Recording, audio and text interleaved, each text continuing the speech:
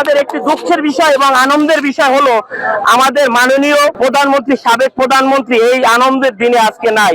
আমরা বাংলার 18 কোটি জনগণ প্রতি ওয়াক্তে নামাজ পড়ে আমাদের প্রধানমন্ত্রীর জন্য দোয়া চাইবো।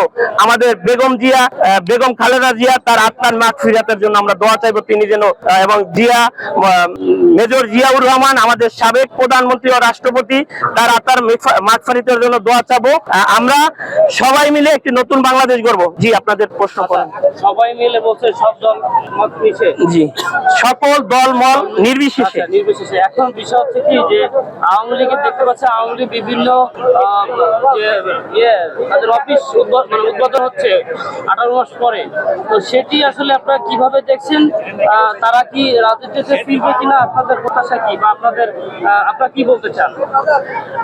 দেখেন ভাইরা, এখানে বাংলাদেশের নাগরিক, আপনিও বাংলাদেশে জন্মগ্রহণ করেছেন।